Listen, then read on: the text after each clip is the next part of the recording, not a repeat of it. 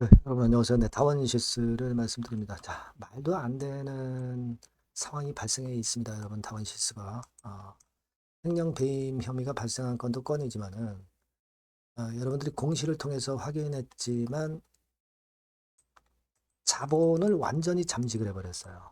그죠? 사실 이 다원시스라는 업체가 PBR이 한 0.4배 정도, 0.48배 정도 수준의 기업이었단 말이에요. 근데 그 작년 4분기에 그 손실이 어마어마해서 자본 잠식까지 된 그런 상황이에요. 그 사실 그 여러분 그 PBR이 0.48배라면 이 회사가 파산을 한다 하더라도 뭐 이를테면 1억 정도의 가치가 있는데 파산을 하더라도 5천 정도는 남는 그런 정도의 규모의 회사라고 볼 수가 있는 겁니다. 근데 지금 자본 총계를 보니까요. 여러분들 그 확인을 하셨는지 모르겠습니다만은 자 여기 자총이 나오죠? 네, 자총이 나옵니다만은 자 마이너스 5,156억이에요. 마이너스 그죠? 완전히 자본을 까먹고도 남는다는 얘기죠. 자본금 190억짜리 회사인데 그러니까 본전이 190억인데 이 회사의 자산에서 부채를 뺀 거를 가지고 보니까 5,156억 마이너스입니다. 마이너스. 마이너스가 났다는 얘기예요. 자, 이거 있을 수 있는 일입니까? 예전에 그 대통령이 질타를 한 것도 한 거지만은, 이번에 4분기까지 실적을 봐가지고 갑자기 이렇게 자본 총계가 마이너스 5,156억으로 자본 잠식이 발생한 것은 이해가 안 가는 부분이기도 합니다, 여러분. 그죠? 네. 그렇게 생각이 되시죠? 이거, 엄청난 문제입니다. 횡령 배임권을 떠나서 자본 총계가 이 정도 됐다고 한다면 이거는 뭐 다원시스가 물론 살아나기도 힘들 뿐더러 뭔가 특단의 조치가 있어야 되는 게 아니냐 하는 생각이 좀 들 정도로 참 힘든 상황입니다.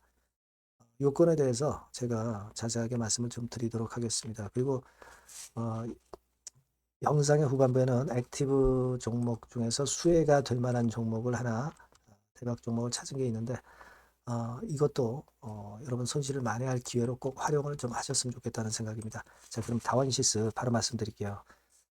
굉장히 어려운 상황이지만 나름대로 저도 한번 최선을 다해 보겠고요. 네, 여러분들의 구독, 좋아요, 알림 설정 어, 대단히 감사드리고 있습니다. 네. 자, 다원시스와 관련돼서 제가 오늘 말씀을 드리겠지만 이 엄청나게 지금 궁금하신 부분들이 많을 거고요. 앞으로 나올 재료나 이런 것들이 꽤 많아요. 많을 수 있습니다. 그죠? 자, 이런 부분들은 제가 텔레그램 방에서 계속 실시간으로 정보와 자료와 사인을 드리도록 하겠습니다. 여러분들이 다원시스 입장이라고 문자 주시면 제가 텔방에 초대해드려서 거기서 제가 할 수 있는 한 끝까지 좋은 도움을 한번 드려보도록 할게요. 네, 꼭 문자를 주시기 바랍니다. 자, 여러분 저도 사실 그 다원시스에 대해서 어느 정도 여러분들과 마찬가지로 관심을 갖고 있었던 사람이기는 합니다만은 이번에 실적 발표를 보고 엄청 놀랐어요. 이건 놀랄 정도가 아니라 놀라 자빠질 정도로 자본 총계 자체가 말도 안 되게 너무나도 갑자기 줄었기 때문에 이 부분을 우리가 생각을 안 할 수가 없다는 얘기죠. 그렇죠? 자, 여기 보신 바대로 좀 확대를 했습니다만은 자본 총계가 그 2024년에는요. 2,580억이었죠. 네, 여기 나와 있듯이. 자, 2,580억이었어요. 2,589억. 자, 그리고 뭐 3분기까지도 물론 좋지는 않았지만은 작년 4분기를 지나고 나서 작년 재무제표를 뜯어보니까 자본 총계가 무려 마이너스 5,156억이에요. 그러니까 이 회사에 자산이 있을 거 아니에요. 거기서 부채를 빼면은 지금 현재 재산이 나오는 겁니다. 그게 바로 자본 총계죠. 그죠? 근데 자산 총계가 6,159억인데 그런데 부채 총계가 4,868억에서 작년도 4,868억에서 여기 보시면 1조 1,315억 이렇게 폭증을 했습니다. 폭증. 자, 이게 이런 일이 있을 수 있습니까, 여러분? 그죠? 이런 일이 있을 수 있어요. 근데 다원시스 같은 경우에 발생을 했어요. 자, 이거는요, 여러분들 이걸 잘 생각해 보실 필요가 있습니다. 이 철도 뭐 이런 것들은요, 이른바 그 제때 납품을 안 하게 되면 벌금 같은 게 붙는데 이게 기하급수적으로 점점 시간이 지나갈수록 기하급수적으로 이 벌금 액수가 크게 늘어납니다. 지금 이 상황으로 봐서는 원시스 같은 경우가 이 벌금권에 속하는 부분이 수천억 이상이 지금 현재 발생하고 있다고 그렇게 보여집니다. 자, 그러다 보니까 지금 현재 이런 자본 총계가 이렇게 급격하게 마이너스로 큰 폭으로 쪼라든 겁니다. 무려 7천억 정도 줄어든 거잖아요. 그죠? 마이너스 될 정도니까 여기는 그죠? 우리가 그걸 생각을 안 할 수가 없어요. 여기 그 매출액 또는 손익구조 변동 주요 요인을 보면은요. 이런 거에 대한 이야기가 나오죠. 철도사업법은 생산 지연 및 원가 상승. 이건 뭐 별거 아니에요. 근데 지체 상금 발생 등에 따른 영업 손실 및 단기순 손실 발생해서 적자 전환됐다. 이렇게 나와 있어요. 그러니까 이 지체 상금이라는 게 여러분 뭐냐면은요. 아까도 잠깐 그 말씀을 드렸지만은 철도 차량 납품 못 하고 있는 거 잘 아시죠? 그러니까 납품을 제때 하지 못했을 때 하루 지날 때마다 계약 금액의 일정 비율 그거를 벌금으로 내는 거라고 보시면 돼요. 그러니까 어떤 연체료라고 보시면 됩니다. 근데 이 연체료가 무섭죠. 가속도 효과가 붙어서 이 건 때문에 이 지체상금 발생 때문에 수천억 이상의 손실이 나면서 그 건이 지금 자본총계를 갉아먹은 것이다. 저는 그렇게 판단이 들어요. 그거 아니면 딴 게 없습니다. 여러분 지금 한번 보시면 자 작년도 3분기까지 자본총계는 2천억 정도는 유지를 했어요. 그죠? 2천억 정도는 유지를 했다 이거죠. 근데 이게 갑자기 마이너스 5천억대로 자본총계가 변했다고 하는 것은 그 같은 요인이 아니냐 이렇게 생각을 할 수밖에 없는 그런 모습입니다. 자 그렇게 생각이 들어요. 여하튼 지금 뭐 횡령 배임건이 발생한 거 금액은 아직 안 나왔죠. 이것도 있기 때문에 재무제표 수치를 우리가 횡령 배임이 만약에 이루어졌다면 재무제표 수치도 틀린 부분이 있을 거예요. 그러니까 재무제표 수치를 우리가 100%다 인정을 할 수도 없는 겁니다. 근데 그것 둘째치고 아까 우리가 봤던 그 자본총계가 5,156억으로 마이너스가 났다는 것은 이것은 엄청난 사건이죠. 엄청난 사건입니다.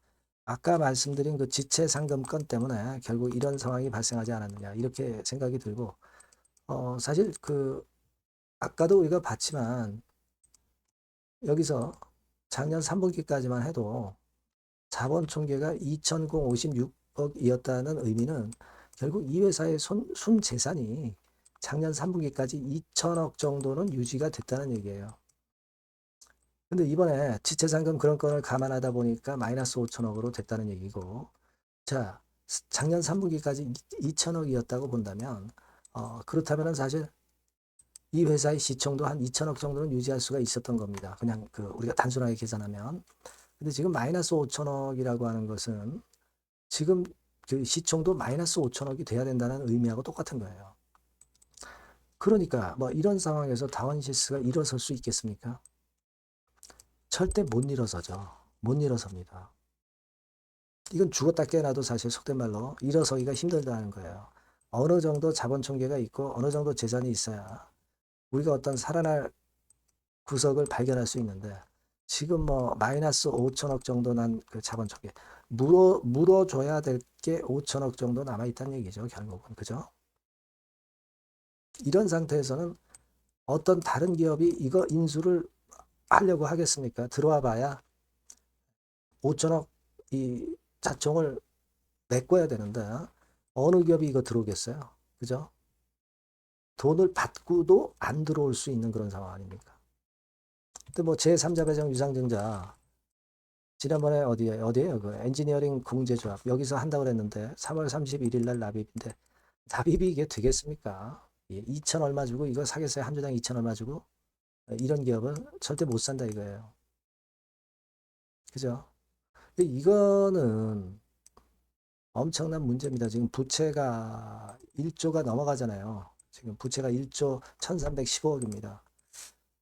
지금 그 이쪽에 돈을 꿔준 금융기관이라든가 이런 업체들 상당히 많아요. 지금 여기 차입금 쭉 나오고 있죠. 근데 다 어떻게 할 거예요? 근데 이 철도 사업이라는 것이 사실 그 국가의 어떤 기간 산업입니다, 여러분. 그죠? 국가의 기간 산업이고 그렇다고 한다면 우리가 기간 산업이라고 하는 건 뭐예요? 국가 철도, 방산, 통신, 에너지, 국가 기반 시설과 직결된 사업을 하는 기업이에요. 이런 기업이 무너지면은 엄청난 국가적으로 손해죠. 그러니까 이게 어, 기간 산업이기 때문에 어떤 다른 돌파구를 마련해 줄 수도 있지 않겠는가 그런 생각. 그거 정도는 한번 해볼 필요는 있지 않나 이런 생각은 갖고 있습니다만은 어, 경과 과정을 봐야죠. 지금 이런 상황에서 자본 총계가 마이너스인 상황에서 절대 인수할 수 있는 인수자가 나설 수가 없는 거예요. 나설 수가 없는 겁니다. 그죠? 이런 거는 결국 국가가 나서서 다원시스를 인수해주고 그래서 회생시켜서 결국은 이제 남한테 팔아먹더라도 팔아먹어야죠. 그렇게 될 수밖에 없는 거예요. 그러니까 지금 상당히 심각한 경우고 돌파구는 결국 국가가 나설 수밖에 없는 그 돌파구밖에 없는데 과연 국가가 나설 수 있는 것인가? 네, 이런 부분은 아직 퀘스천 마크고요. 물론 아직까지는 이제 감사 보고서도 안 나오고 뭐 그래서 수치를 우리가 정확히 가늠하기가 좀 힘듭니다만은 지금 현재 이런 어려운 경우라는 것을 일단 인식을 좀 하시고요. 하여튼 어떤 돌파구가 마련이 되는지 그걸 좀 지켜봐야 할 것으로 그렇게 보여집니다. 어차피 거래는 지금 안 되니까요. 그래서 요건과 관련해서는 제가 일단 뭐 정보가 들어오는 대로 여러분들께 실시간 정보와 재료가 들어오는 것은 말씀을 계속 드릴게요. 다원시스라고 문자를 주시면 제가 최선을 다해서 도와드릴 수 있을 것 같습니다. 그리고 무료 텔레그램 방에 들어오셔도 좋겠어요. 다원시스 입장 이렇게 문자를 주시면 제가 텔방에 초대해드려서 끝까지 여러분과 함께 가도록 하겠습니다. 꼭 문자 주세요.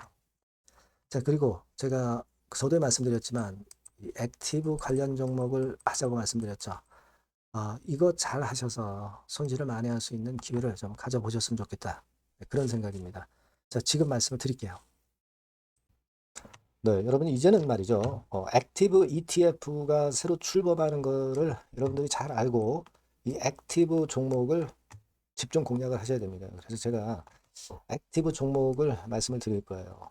그러니까 여러분 요즘 그 지수 ETF를 투자하는 것은요, 네, 이미 한물 가버린 겁니다. 네, 이제는 지수가 한 차례 큰 폭으로 급등했다가 흔드는 그런 패턴이기 때문에 이제는 다시 그 코스닥 쪽에서 출범하는 액티브 ETF를 봐야 돼요. 근데 여러분들이 뭐 ETF를 하라는 말씀이 아니라 그 액티브 ETF에 편입이 될 종목을 해야 된다는 거예요. 예. 그냥 뭐 개인들 사는 종목들이 되는 건 절대 아니고요. 실제로 이 액티브에 편입이 되는 종목들, 네, 이런 종목들만이 차별적으로 또 큰 시세를 낼 거예요. 물론 여러분 코스닥 쪽 액티브 쪽 ETF가 새로 출범하는 겁니다, 여러분. 그걸 여러분들이 주목을 하실 필요가 있다. 그래서 여기에 대한 말씀을 제가 드리려고 해요. 그래서 삼성하고 타임폴리오 쪽에서 먼저 이제 시작을 하는데 시작을 할 따름이고 이걸로 그냥 끝이 아니라 계속 연이어질 수 있다는 부분들을 여러분들이 생각하셔야 됩니다. 그러니까 결국 이제 이 기관에서 만드는 이 기관에서 만지는 종목들만 될 수밖에 없는 그런 패턴이 될 가능성이 높다는 거죠. 아마 기사들을 통해서 어느 정도 여러분들이 감 잡고 계실 겁니다. 그거거든요. 그래서 우리가 이 액티브 종목을 해야 된다. 이걸 우리가 공략을 해야 된다. 이 말씀을 좀 드리고 싶은 거예요. 네. 다시 말씀드리지만 지수 ETF 쪽 관련주들은 사실 한물 갔습니다. 이제는 진짜 그 종목들 중에서 액티브 자산운용 쪽들이 간택하는 종목들만 간다 이거예요. 그래서 여러분도 잘 아시겠지만 이제 삼성 액티브하고 타임 폴리오부터 이제 시작이 되는데 이게 그냥 한 달 뭐 이렇게 해서 끝나는 게 아니라 계속 뭐 몇 달간 계속 이어질 거다라는 얘기죠. 네, 이 부분을 주목하셔야 돼요. 삼성에서는 예를 들면 코스닥 핵심 성장주에 집중 투자를 합니다. 어리버리한 종목들은 투자를 안 한단 말이에요. 그러니까 이런 쪽만 올라갈 거예요. 그리고 타임폴리오 같은 경우는 신성장 종목 이쪽을 주로 공략을 하는 거예요. 그겁니다, 여러분. 그래서 여기 그 제가 설명을 드렸지만은 국내 증시 역사상 최초입니다. 코스닥 비교지수 액티브 ETF가 등장하는 겁니다. 그러니까 기초 지수를 단순히 복제하지 않고, 그러니까 지수 쪽 ETF가 아니라는 얘기예요. 지수 쪽 ETF는 주로 이제 패시브라고 그러죠. 패시브. 펀드 매니저가 종목과 비중을 직접 결정을 하는 거니까 우리는 여기서 이 종목을 잡자 이거예요. 아시겠습니까? 시총 상위주에 대한 쏠림 현상이 됐던 거는 이거는 지수 ETF예요. 그죠? 그러니까 종목별 차별화 장세 대응에 용이하다는 겁니다. 이걸 우리가 명확히 파악하고 대응을 하셔야 된다는 얘기예요. 그래서 여러분 여기 나와 있지만 액티브 ETF하고 패시브 ETF하고 비교를 하는 거 나와 있습니다만 패시브 ETF는 지수에 투자를 하는 거고 액티브 ETF는 종목에 투자를 하는 거다. 모든 종목 투자하는 게 아니라 엑기스 종목만 한다 이거예요. 그러니까 시장 지수 대비해서 초과 수익 날 가능성이 상당히 높고 운용력이 종목과 비중을 직접 선택하는 거다 이런 얘기죠. 예. 그리고 투자 전략은 수동적이 아니죠. 지수 추종하지 않기 때문에 능동적이고 시장 상황에 맞춰서 발빠른 대응이 가능하다. 그죠? 네, 이게 특징이에요. 그러니까 지금은 우리가 이 액티브 ETF에서 공략할 종목을 여러분들이 이제 선택해서 저하고 같이 하자는 얘기입니다. 그죠? 그거예요, 논점은. 거기에 바로 포인트가 있다. 이렇게 말씀을 좀 드리고 싶은 거고요. 자, 여기 보시는 바와 같이 자산운용사가 그 삼성과 타임 이후에도 계속 출범해요. 하나자산운용, 미래에셋, KB, 신한, 한국투자신탁운용 이런 식으로 출범합니다. 그러니까 선도주자인 삼성이나 타임 같은 경우가 분명히 이제 상당히 고무적인 좋은 결과를 만들어낼 거란 말이에요. 그렇게 되면서 이쪽으로 또 자금이 몰리는 겁니다, 여러분. 지수 ETF 쪽이 아니에요. 액티브 ETF 쪽으로 몰린다 이거예요. 자, 그렇기 때문에 이건과 관련된 액티브 관련주를 제가 말씀을 드릴 거예요. 그게 뭐 한 종목으로 끝나는 게 아니라 지속적으로 말씀을 드릴 겁니다, 여러분. 그러니까 여러분들이 이 전번으로 액티브라고 꼭 문자를 주시면 아시겠죠? 뭐라고요? 액티브, 그죠? 능동적인 그런 뜻이죠. 액티브라고 문자를 주시면 제가 그 종목과 매수 타임과 매도 타임과 중간중간 AS까지 드릴 거예요. 액티브라고 꼭 문자 주셔서 이번에 한번 좋은 기회 한번 발견해 보시자고요. 네, 아시겠죠? 네, 감사합니다.